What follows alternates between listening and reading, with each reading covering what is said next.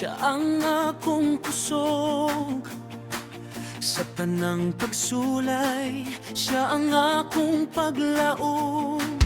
Kahayag sa ginabuhi ang gugma niya, magpabilin hangtod sa kahangturan.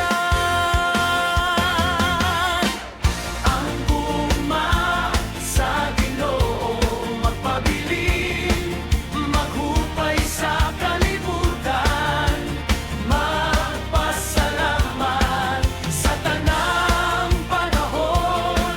Siya na ang among kusog, ang gugma sa Ginoo, magpabilin. Sa dako ug gamay, siya ang akong giila.